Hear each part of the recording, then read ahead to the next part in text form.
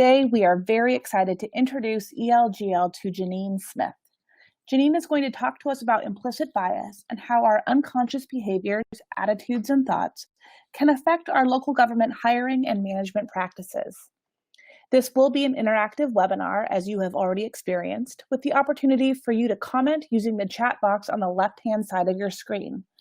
We have disabled public chat, so your submissions are anonymous, and so you can feel free to share your ideas and questions with Janine during the webinar. Before we begin, I'll also let you know that your microphones and conference phones are muted, and this makes the webinar enjoyable and efficient for everyone. And after the presentation, we will open up for questions, and these may be submitted using that chat box. I'll ask these questions as they come in, so the recording of the webinar also includes the questions to our guests. Today's webinar is part of our Jam of the Month series, where we take our formidable content, online and social media outreach on a deep dive into a particular topic area. This month, CPS HR Consulting is assembling an HR toolbox with ELGL. So far, they've shared information on employee recruitment, retention, and leadership, and we've done a podcast together on employee engagement. Today, Janine will walk us through how implicit bias can creep into our local government business practices and what we can do to ensure that this doesn't happen. We will be live tweeting today's webinar, and you can too. You can follow along and use the hashtag ELGLJam, and be sure to use the Twitter handle for today's topic @CPSHR. But before we get started, I have two lightning round questions for Janine. And the first one is, which outdated slang word do you still use regularly? Oh my goodness. So somewhere along the way, I picked up the phrase hot to death. Don't ask me where it came from. But I will still use it, and people will look at me like, what are you doing? Like, can you join us in 2019? But it's my word. Like, it really just sort of encaptures what it is I mean when I say something's hot to death, which means that it's amazing. It's great. It's fantastic. Okay, so hopefully we will get you to say hot to death on today's webinar at some point. That's our goal. All right, and my second lightning round question, what TV show did you start out loving but end up hating?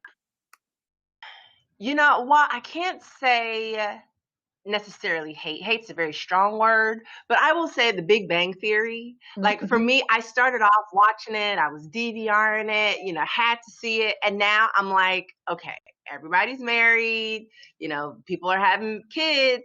It's no longer fantasy to me anymore. Like, that's my life. If I want to tune into that, I'll just sort of look in the mirror. So I'd have to say Big Bang Theory. It's still a great show. I love the concept, but it has run its course for me. Got it. All right, so with that, I'm going to hand it over to Janine. And again, for our viewers, please use the chat bar to ask your questions. And after the presentation, we will have time for more Q&A. So with that, the floor is yours.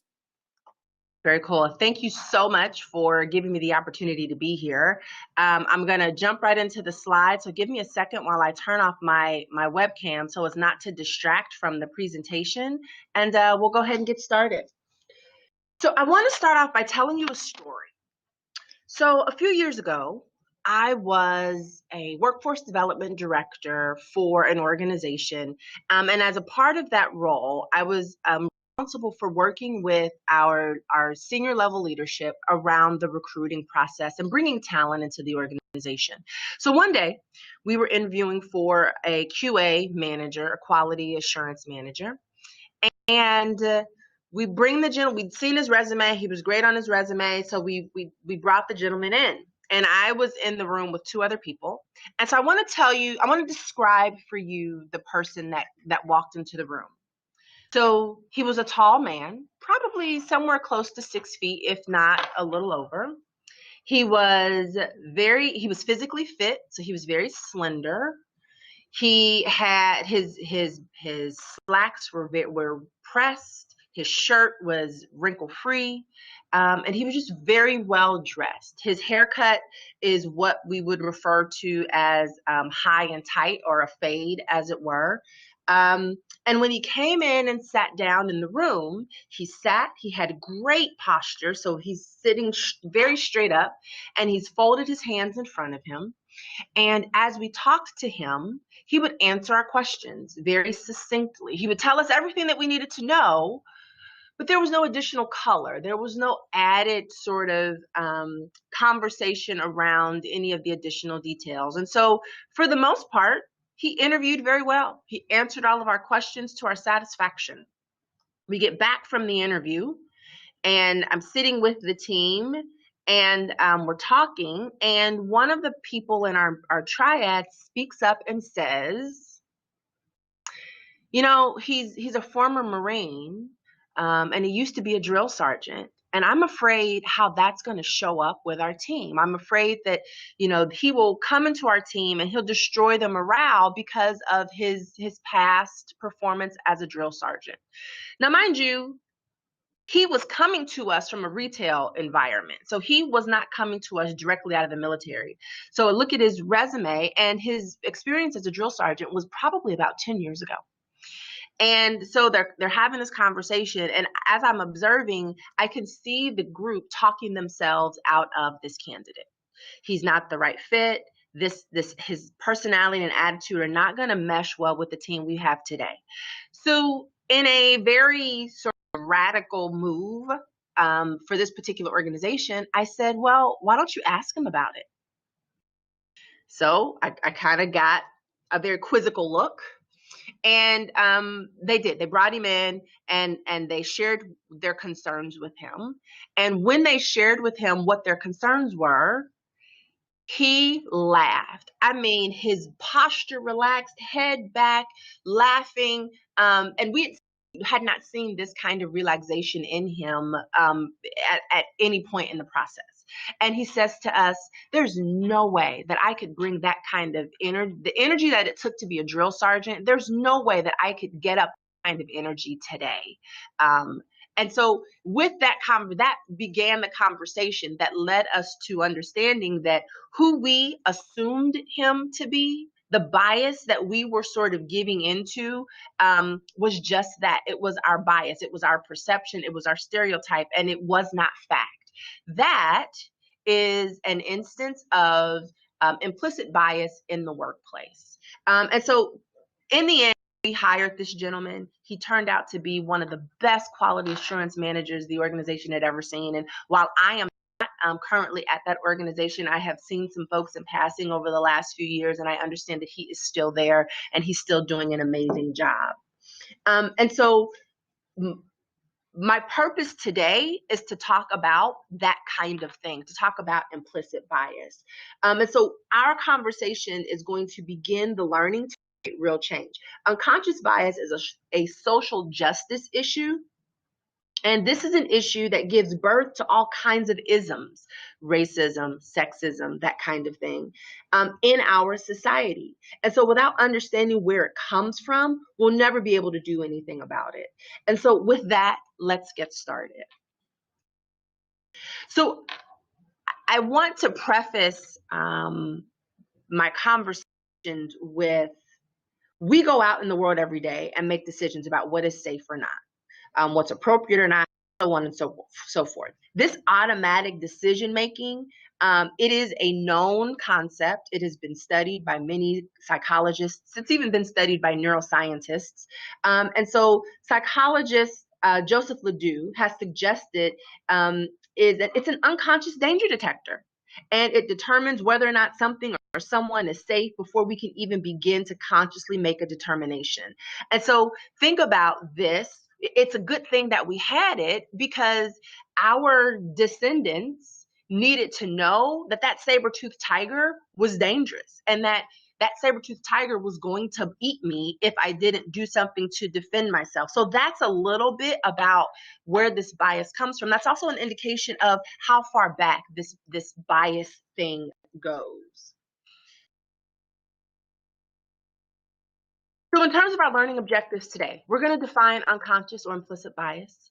We're going to identify some biases in the workplace. And so understand that there are over 150 known biases. I'm only going to touch on a couple in our time together today, but some that I think would be good for you to know. And we'll talk about the impacts of bias and why it's sometimes difficult to identify. And then we'll look at some evidence-based strategies that are going to help us to sort of recognize our biases and either eliminate them altogether or help us to begin the work so that we can change our thinking. For our time together today, please participate. I know you're giving me an hour of your time, and some of you are probably giving me an hour of your time even over lunch. And so I greatly appreciate you spending this time with me. And so I want you to get the most out of it as possible. And so with that, I encourage you to participate. Close other applications, including your email during our time together. And let's make a commitment to be engaged in our topic today. I've got some opportunities for you to share. And so I hope that definitely helps to make the time more value added. And then again, to help protect confidentiality, one, all of your questions are welcome. So if you do have a question and you would like some confidentiality around asking that question, please type your question in the box labeled presenter chat, and that question will come directly to myself and my producer, and we can answer those questions for you. So let's go ahead. Let's move forward. So in a word or phrase, what comes to mind when you think of the term implicit bias? So why don't you chat for me in your chat box what you think of when you hear the term implicit bias?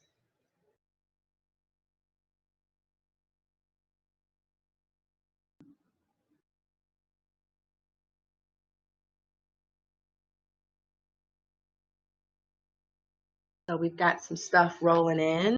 Mm-hmm. Okay, so let's see. Prejudice, institutional, perceived notions, positive or negative. Mm-hmm. Organizational, built in. Mm-hmm. Gut feeling that needs to get checked. Mm-hmm. Stereotyping without meaning to. A bias you aren't aware of. Mm-hmm. Unintentionally passing up your beliefs or perceptions onto someone or something. Some people are unaware they're even doing it. Yep. Perception, attitudes, or stereotypes that affect our understanding, actions, and decisions. Mm-hmm. And yes, implicit bias is all of that. Biases can be based on skin color. They can be based on gender, age, height, weight, introversion versus extroversion, marital status, parental status, physical ability, a foreign accent, even where someone went to college. And I can attest to that. I remember years ago as a recruiter, I remember very specifically my manager talking to me and he used the word pedigree. And he was looking for people that came from colleges of pedigree, which means that, the folks that went to, I don't know, Savannah State or UC Merced that may not be wider known colleges may not have gotten a chance because he was looking for someone from University of Texas or Stanford or what have you. So yeah, even where you went to college could certainly make the difference. And that is a bias. Does education vary? Does the quality of education differ from institution to institution? I don't think so. I think the quality of education is definitely based on the person. But that's another webinar. We'll dive into that some other time. Okay, so our definition. So here is our definition of bias, or what we're calling cognitive bias. So take a look at a second to sort of check into that. And so, yes, cognitive bias, which is what we are referring to, so cognitive meaning the brain, this occurs as a result of holding on to our own preferences and beliefs, regardless of evidence and information to the contrary. So we all make choices that discriminate in favor of the comfortable, right? And sometimes we don't even realize that tendency. And it can sometimes be in opposition to our conscious belief system. So we make unconscious choices that maintain stasis, stability, and are safe, likable, agreeable, and valued. So that is the reason why we do this. And so these unconscious perceptions, they can govern some of the most important decisions we make on a daily basis. And they can have some profound repercussions. So let's talk about this cognitive bias, because it shows up in two different ways. So first is explicit. So explicit bias is when we perceive an individual or group to be a threat to their well-being, and we communicate that. It is on a conscious level. So explicit bias is we're putting in these boundaries, we're distinguishing ourselves one from another, and it is on a conscious level. Another thing to remember about explicit bias is that it is conscious.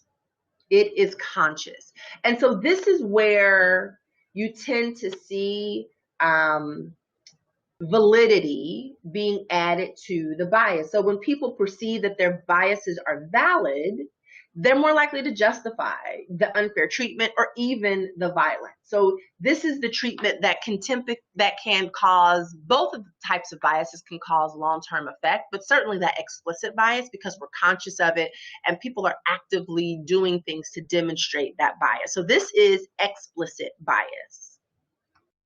So then the flip side of explicit bias is implicit bias. And so this is a definition that comes to us from the Kirwan Institute for the Study of Race and Ethnicity at The Ohio State University. And so it's our attitudes, our stereotypes, things that are within us that happen unconsciously. And again, the difference between explicit and implicit is the level of consciousness or the level of awareness. Explicit is expressed and publicly stated. Implicit operates without conscious control. One thing to know to help us to begin this work on our bias is we all have both. We all have explicit bias. We all have implicit bias. Remember, explicit bias, these are workings of the brain that have been around for millions of years. And yet we all have, regardless of our profession or any of the other characteristics that make up our lives. So when we're talking about implicit bias, so here are, these are some characteristics of implicit bias. So it is the mental associations that have formed by direct and indirect messaging that we receive about groups of people and various other things. And we're constantly exposed to certain identity groups being paired with certain characteristics. And so we can automatically and unconsciously associate that identity with the characteristic, whether or not that association aligns with reality. So just know that some of this stuff, it can be, and I think it is reinforced by the information that we take in, however we get it, whether it's television and the media, the books that we read, the newspapers, the podcasts that we listen to, even the people that we hang around. Those are all kinds of things that can reinforce some of our stereotypes.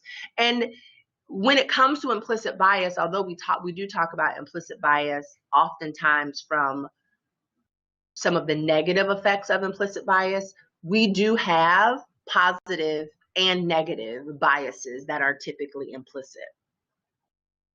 So let's break down the research a little bit. So here is some research and this is from like the field of social neuroscience that talks a little bit about implicit bias and sort of why and how it exists. So our brain has to handle so much information. So just think about here on the West Coast, it's 12:23.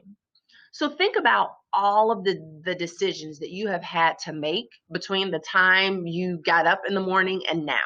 We have made millions of decisions, big and small. And so because of that, our brains take shortcuts to help us filter through all of the pieces of information we receive. And the way it does that is by looking at patterns and filtering to us the most important information.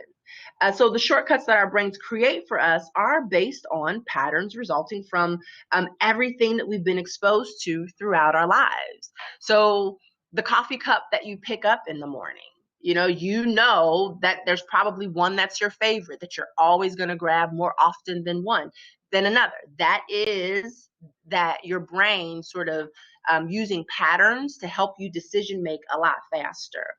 So because of all of this, we are biologically hardwired to do a couple of things. So one of the things that we are biologically hardwired to do is to prefer people who share our interests. So people who look like us, who sound like us, and who again share our interests. This hardwiring sort of filtering of the brain, it can sometimes bypass rational and logical thinking. But it's because it is enabling us to sort through billions of stimuli on a daily basis. So this is a very quick process, right? And because of this process, yes, it does increase our efficiency, but sometimes the categories that that are used in this process are not logical, or maybe even not modern. And because of that, when this process occurs in the workplace, it can be illegal, right? So especially if it filters into our hiring, our promotion, our performance evaluations, and other things within our agency. So let's look at a few more characteristics of implicit bias. So, we talked about, it operates on the subconscious level, right? So it's outside of our conscious awareness. It is present everywhere. Everyone possesses implicit bias, even people with the avowed commitments to impartiality. So our teachers, our judges, our police officers, our HR folks, those folks that are avowed to be impartial and treat everyone the same still have implicit biases. They are explicit and implicit biases are not mutually exclusive, and they may even reinforce each other. So we could think one thing explicitly and think something different implicit, right? Our bias implicitly is something different, even though we are consciously aware of something else. Or what we're saying that we're conscious of, we're saying it, and we've got an implicit bias that continues to reinforce it. They don't align with our declared beliefs. So again, our bias can run contrary to our conscious stated beliefs and who we are and what our values are. A quick example of this is someone offered to buy my son, so I have a 3-year-old, and offered to buy my son a Fisher-Price kitchen. The one that, you kind of stick in the corner. It's got the sink and the 2 little burners for his little plastic stove. And when they initially asked me, I said, yes, sure, he can have a kitchen. I don't care. But then as I began to think about it, I began to say, well, no, I don't want him to have a kitchen. And I thought, well, why don't I want my son to have a toy kitchen? What is that about? Well, I really had to sort of think about my implicit bias as it related to gender roles. And so explicitly, I am all for everybody doing their fair share. I'm all for my husband cooking dinner and doing all the sharing the workload in the home. But yet when it was presented to me, I had to take a step back. And so that was very weird. My son did get the kitchen and he loves it. And I step on plastic food regularly. So all is well. But that was a moment for me to sort of check myself and sort of figure out, why do I feel this way? And we can talk a little bit about that in a second. We can have implicit biases that favor our own in-group. So people who look like us, who are very similar to us, who share our own interests, but we can also hold biases against our in-group. So, you know, when you think about, a good example could be educational background, right? So do you know people, so you have your educational background. Do you feel a certain kind of way about someone who is similar to you that doesn't have your same educational background? And so we might have a bias for that. Maybe you went to you have secondary education and you have a degree, but yet there's someone that looks like you, has similar interests, that does not have a degree. And so you may have some sort of bias toward them. That's just an example of what an in-group bias might look like. But no worries. So yes, I've gone through all of this and all these weird things about bias and how it works. It is important to know that our biases are malleable. So yes, our brains are incredibly complex. This process of filtering information is something that our brain does and has been doing for millions of years. But the implicit associations that we have formed, they can be unlearned, and there are various techniques that one can use to do that. Remember, biases are triggered through rapid and automatic mental associations that we make between people, ideas, and objects, and the attitudes and stereotypes that we hold for those people, ideas, and objects. So if we've got these feelings, if we just change what our associations are, if we change our inputs, it will change our outputs. So let's take a look at a chart. So here is a graph from, this is the unconscious bias fact sheet from Bristol Branch. This is out of the United Kingdom. And so the red line represents the biases people will confidently admit to. So the red line is our explicit bias. It's our explicit bias. We're conscious, we are aware of it. However, when the unconscious bias is measured, or the implicit bias is measured, that's the blue line, you can see the change. So in this particular graph, nearly 40% of people have an unconscious bias against particular genders or Black people. So if you see that space, this space in between these two lines, this space right here, this is where we have the opportunity to improve on our biases. This is where we have the opportunity to work on again, what we're receiving, what we're taking in, and allow ourselves to readjust how we associate a varying degree of things that we may have an implicit bias about. So when we're talking about implicit bias, and earlier I said that it is present everywhere, here are some areas that might be impacted by our biases. What other areas might be impacted? What other areas can you think of that might be impacted that I have not listed? So why don't you chat those for me?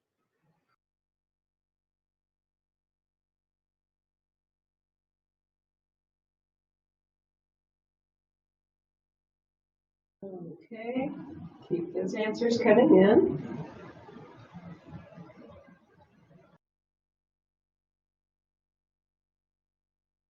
So yeah, housing. Yep. Mm-hmm. Housing is a place where implicit bias can happen. Mentoring opportunities. Yep. Yeah, and so these things show up in very odd ways. So here are some statistics that demonstrate implicit bias at work. So 50% of Fortune 500 CEOs are men just shy of 6 feet tall. Okay, so 50% of Fortune 500 CEOs are men just shy of 6 feet tall. Well, the male population, only 14.5% of men are 6 feet tall. So how does that happen? In the population, only 14.5% of men are 6 feet tall, but yet 50% of Fortune 500 CEOs are 6 feet tall. There was a Duke University study that found that mature-faced people had a career advantage over what was considered baby-faced people. And so this particular study defined baby-faced people as people with large, round eyes, high eyebrows, and a small chin. One last thing to note about the potential pervasiveness of implicit bias is that gender representation in the media certainly has an influence, and it is favorable to men. It is favorable to men. So when we look at what is in the media, we typically see a larger number of men than women. So I'd like to try something. I'd like to try an exercise. And so if you will, I'd like for you to get a sheet of paper. And on that sheet of paper, I'd like for you to write down in a column on the left-hand side or wherever the initials of 6 to 10 people whom you trust most who are not family members. So I'd like for you to get a blank sheet of paper, and I'd like for you to write down the initials of 6 to 10 people that you trust who are not family members. Okay, so I'll give you some time to do that. Remember that you trust them. They're not family members.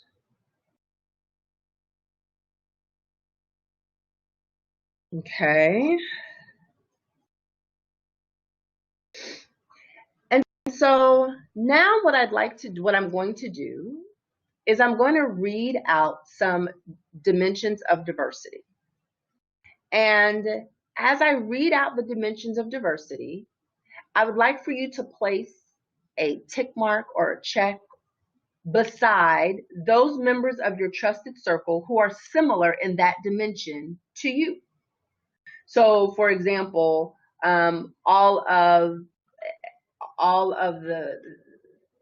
if you're female, you will place a tick beside all of the women in your trusted 6 to 10 initials, okay? So I'm going to read out some dimensions of diversity, and I want you to place a tick mark next to those people of your trusted circle who are similar in that dimension to you. So the first dimension of diversity is gender. So place a tick mark next to all the people in your 6 to 10 who are the same gender as you.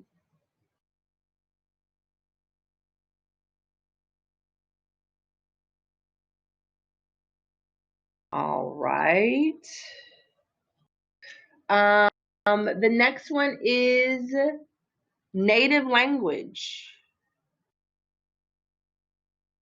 So place a tick mark next to all of the people in your group, your trusted circle,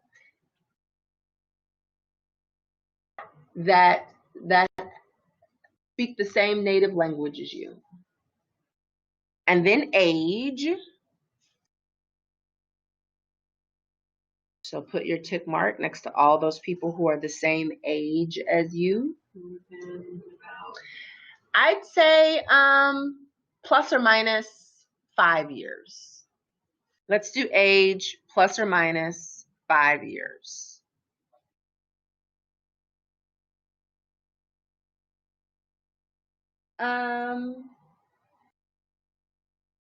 And then what about race or ethnicity? Race or ethnicity. So remember, race is what we see. So we see skin color, we see hair texture, we see eye color. Ethnicity is ancestry. where that person's ancestry resides from. So we'll do race and ethnicity.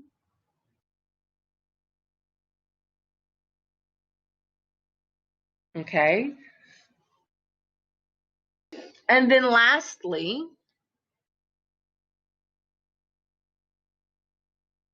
let's do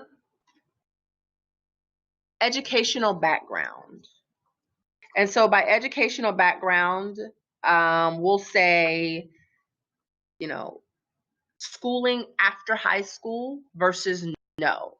So they stopped at high school, or they went to schooling beyond high school. Okay, so those dimensions of diversity, again, were gender, native language, age plus or minus 5 years, race or ethnicity, and educational background, degree after high school or no.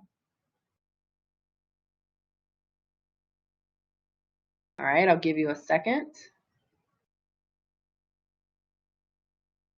So what some of you might see as you look at this group is that there's very little diversity.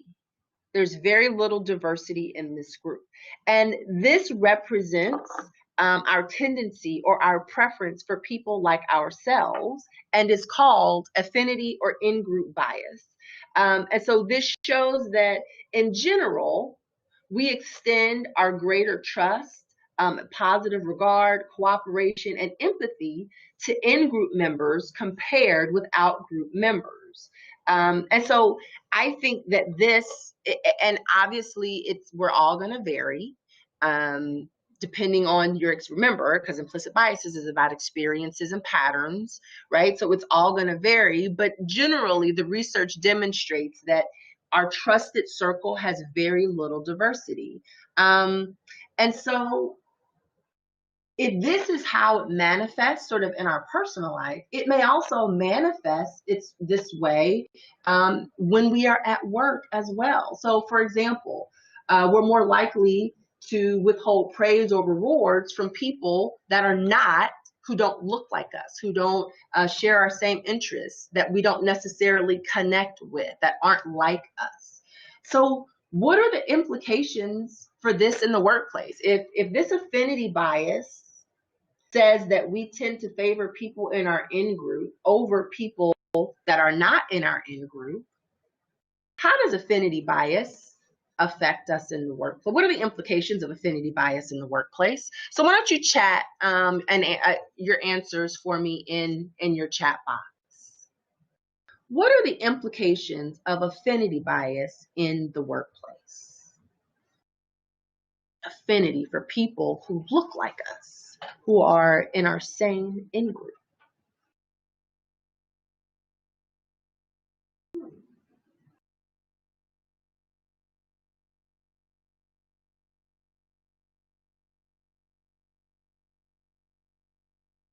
Yeah, so miss out on new talent due to overlooking people who are different than you, or you get a carbon copy of yourself. Lack of diverse opinions in decision making. Excellent. yeah, yes, all of that. A tendency to favor people like ourselves. We miss the diversity. We end up with people just like us. We end up promoting a more homogenous group. That's how our leadership teams become more homogenous, because we promote people who look like us. We provide the stretch assignments to folks in our in-group. And it may not be intentional. It may not be intentional. But people who are not like us get overlooked and left behind when our affinity bias is sort of left unchecked. So the question for you is, if this is happening, if you're sort of recognizing that, how can we disrupt affinity bias? So before we answer that question, I want to share with you a few more biases that you might want to be aware of in the workplace. So gender bias. the unintentional and automatic mental associations based on gender, stemming from traditions, norms, values, cultures, or experience. And gender bias is why I kind of felt the way I did about my son having this kitchen, because my traditions, my culture, my experience growing up was that my mom cooked all the meals. My dad did not. That wasn't his thing. My dad took out the trash. He fixed other stuff. But when it came to dinner, that was my mother's job. And so my reaction to my son having that kitchen was that gender bias based off of my experience sort of playing out. The halo effect. We think everything about a person is good because you like that person. Perception bias, the tendency to form stereotypes and assumptions about a certain groups that make it impossible to make an objective judgment about members of those groups. There's confirmation bias, the tendency for people to seek information that confirms pre-existing beliefs or assumptions. So this is one, think about your social media, right? So is everyone on our social media confirming our opinions and assumptions? And then, of course, my favorite one is that person who will chat something and say, and if you don't agree with me, you can unfriend me now, right? That's they're trying to sort of continue that confirmation bias. And then finally, we've got the horn effect, and that's when someone creates a poor first impression and that impression sticks, and we never allow them to shake it. We always sort of, everything that we do falls back to that. So those are just a few of the biases that can show up in the workplace. Like I said, there are over 150 researched biases, but those are just the ones that I'll share with you for right now. So then let's talk about some strategies for addressing our bias. So the first way is to learn more about the bias. And one of the ways to do this is with the project Implicit, implicit association test. So this is a test that rapidly matches images of individuals of different demographics to pictures or words of varying pleasantness. So this is out of Harvard University. And so these little blue buttons, if you click on them, they will take you into a test, and then you can select, your buttons to match the instructions. And so, and they're measuring how fast you associate pressing I with young and E with old. And so they are able to sort of track how many mistakes you make and measure how quickly you press those keys to determine if there is a particular bias. And so this is implicit.harvard.edu. And it's one way to sort of dig into what are your biases? Where could your biases lie? Another place to go is to lookdifferent.org, and they have what they call a bias cleanse, and it's for 7 days. And you enter your email, and then you tell them what area you'd want to look for daily tags that will help you to begin to change your association. So you can do gender bias, LGBTQ plus, or racial. And so they'll send you emails every day with little exercises that you can do to help you begin to switch those mental associations so that you no longer, that you're able to at least be conscious of the bias and begin working to change that. Another sort of mental way that you can address your implicit bias is it's called flip it to test it. So mentally flip whomever you're dealing with someone else to test yourself, right? So think about when you are dealing with just someone in your office and your interactions and your eye contact, and you're able to shake hands and engage in polite conversation. Well, flip it to test it. What happens when someone who is transgender walks into your office? Are you able to still maintain those social cues and that eye contact and free flowing of information and engage in the same aspect as if this person was not a part of the transgender community? Flip it to test yourself. And if you feel uncomfortable, that's an indication that you might have some bias there, and it could be an indication of something to dig into to ensure that you are moving in the right direction in order of those associations and how to minimize that bias. Limit your exposure to stereotypes. So part of limiting exposure is avoiding media that reinforces these stereotypes as much as possible. So seek out counter stereotypical examples, like other, stereotypical examples with stories, movies, books, or other experiences that do not go down the stereotypical depictions of marginalized groups. This might help you to be able to help you, again, change those associations and place more nuanced and accurate descriptions around these groups. Seeking a counter stereotypical image, stories, or people, increase your self-awareness. Make an effort to assess and think about members of stereotyped groups as individuals and think about their traits individually. And this isn't about aiming to be colorblind. It's about individuating by seeking specific information about racial and other minority groups and see that person based on their personal attributes. This could be where we make an effort to engage with people of varying groups. It doesn't have to be racial and ethnic only, but just varying groups different than yours. Go out for coffee, have lunch, hold a conversation, get to know people of these different groups, and it can certainly help. Seek regular feedback. So this is where we start engaging emotional intelligence and our self-reflection, right? So take the time to notice when your responses, decisions, and behaviors have been caused by implicit bias. You have to be intentional. And the way to be intentional is to seek those new associations, because practice and repetition is how we got to having potentially these negative biases in the first place. So practice and repetition is how we're going to change these biases and make them positive. Recognize your stereotypical thoughts, label them, identify the factors of those thoughts, and then challenge the fairness. And then lastly, using your engagement survey. Can you add questions around bias on your engagement survey? Can you check in with your team to see how they feel about bias? That might give you a place to start when it comes to working within your agency. A good example of a question you might use on an engagement survey: I feel comfortable expressing my true opinion in the workplace. If people say, no, I don't, then I think our questions around that could be, so what's preventing that? What's going on there? And give us the places for digging deeper to find additional information.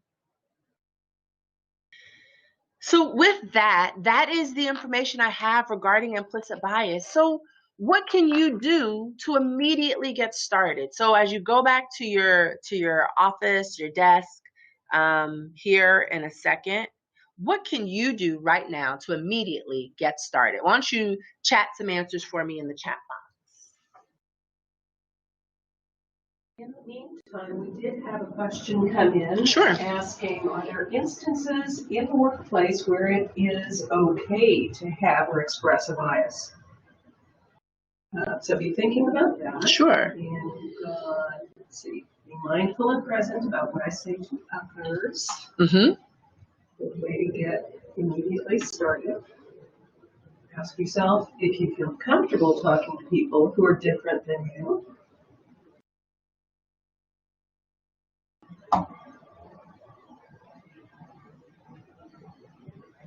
So while those answers are rolling in, let me jump in and answer that question. Is it okay to express a bias in the workplace? So what I have, and so I think the answer to that question is, it is okay to say you have a bias. Our issue comes when we're acting on that bias. So here's an example. So I had a friend who worked for a retail organization, and we were both recruiters. And so one of the questions she would ask in her interviews were, why this organization? And she happened to work for a very popular retail organization, and she would be talking to senior level leaders, and she would get the answer, oh, well, because I love to shop there. So if I love to shop there, why not work there? And so, you know, in terms of scope and complexity, that's not a very good answer. Especially if you're interviewing for a vice president, general manager, you know, those kinds of things. That's not a very good answer. But she would take that a step further in that that person would not be able to win her back in the interview. And so her bias was this lack of depth in this particular answer. And so therefore, I would venture to say that she lost a lot of good candidates because she failed to give the rest of the interview any merit, because it spoke to, I would say, probably the horn effect. And so it's not okay to act on the bias, but I think it is okay to say, okay, so my bias is at play here. I'm really trying to work through it. So, and giving folks the information so that they know what's going on in your head, and hopefully they're able to help walk you down the path to get you to where you need to be. I also find that when we say, hey, you know what, this is my bias, it flips a switch internally so that we know that we're operating on a bias, and it allows us to do differently so that we're no longer operating on that bias. So I think it is okay to say you have a bias. You have to define that. You have to articulate that. It is not okay to take action and act on that bias. And so that would be even in the instance of not so much a negative bias, but a positive. You may have a preference, whether you realize it or not, for someone who went to this university. Sure. Okay. Sure. Even in the positive, I can attest, it is way easier to recognize when you are operating on implicit bias that has a negative effect than it is when you are operating on bias that has a positive effect. And so also being aware that, you know, that you like this person because they are like you. You know, that's also important for you to be able to call out and to be able to share so that folks know where you're coming from, and they can help sort of point out and help you connect the dots on things that you may not have seen or that you're willing to overlook because that person is like you. And I think, you know, from a recruiting standpoint, bias pops up all the time because as recruiters or folks who are engaged in the talent acquisition piece, there's so much to be done. There's so many candidates, so many resumes, the length of the resume, and we're always looking for ways to take shortcuts so that we can get to the right answer faster. And so I do think that in our recruiting practices, we can recognize those biases a lot easier because I think they are in some instances built in.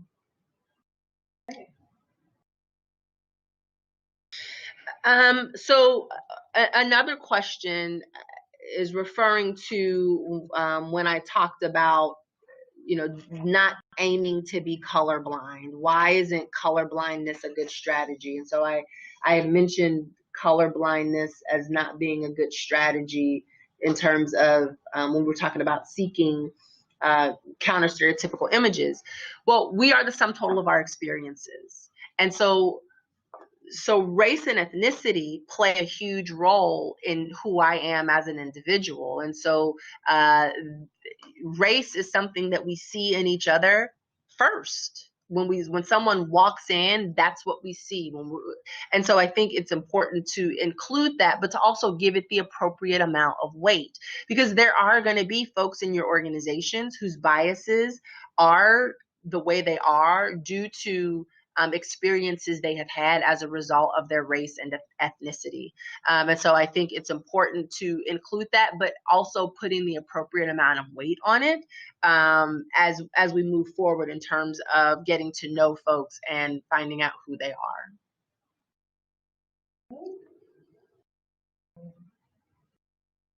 We have a couple minutes left. Sure. If there are any questions, Kirsten? All right. And so just as a reminder for all of our participants, if you would like to ask a question, similarly, you can use that chat box and ask a question of Janine. And we will leave that open for the next couple of minutes and then wrap up a little bit after noon, so we all have a chance, or after 1 o'clock, so we all have a chance to get back to work.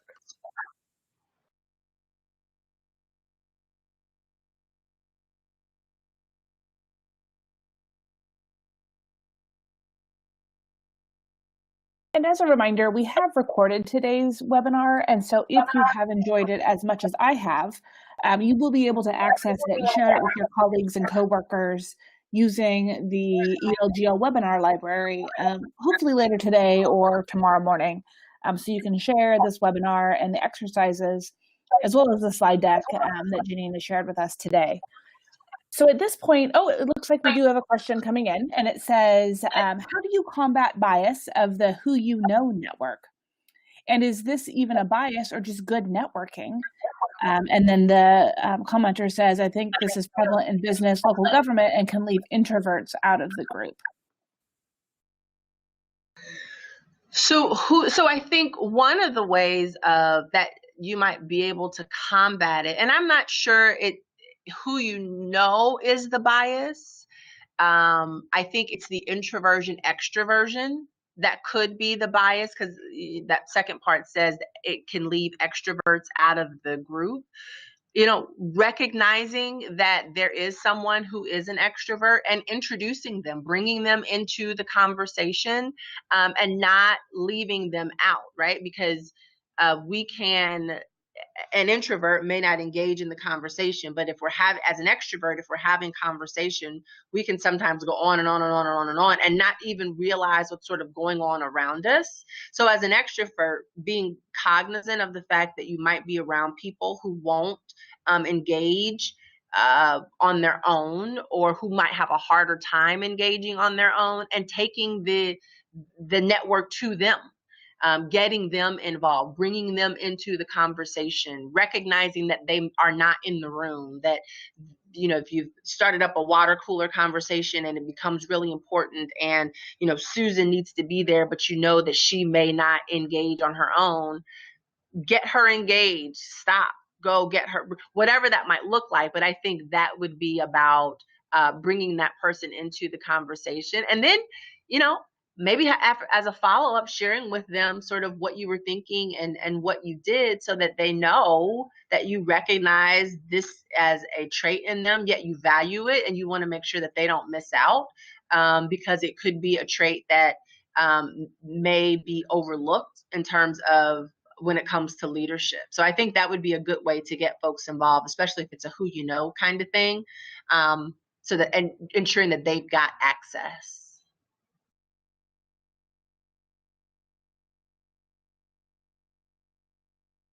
Thanks for that great question. And as a reminder, one of the goals of ELGL is to create meaningful and authentic relationships between local government practitioners across the country, regardless of if you're an introvert or an extrovert. And we strive to create spaces where you can connect with each other, and it doesn't have to be a traditional cocktail party at a reception type of thing. We really want to find ways for our members to get to know each other and share meaningful content and information. And today really is a great example of why ELGL works with groups like CPS HR Consulting to bring this level of education and training to our members in a format that's really easy to access, and then after the fact, share with your work colleagues in your network. So a huge thanks to Janine and the whole team at CPS HR Consulting for a great presentation today and for partnering with ELGL. To all of our attendees, thank you so much for sharing your lunch hour or your workday with ELGL. And as a reminder, again, this will be recorded and shared on elgl.org. You can also reference the hashtag ELGLJam. I was sharing some takeaways that I had from the webinar, and I know many of you also were doing that. And that's a way to follow up and continue the discussion from today. And you can stay in touch with Janine and the CPS HR online, and we'll include her contact information in the slide deck on the recording and blog post from today's webinar. And so with that, I'm going to end the webinar. Again, thank you so much for your support of ELGL. Thanks for your membership. And I look forward to our next presentation, our next webinar, coming up in 2 weeks with the City of Scottsdale, where we are talking about using data to engage community members. And you can learn more about that on the ELGL calendar at elgl.org. Thanks so much and have a great day.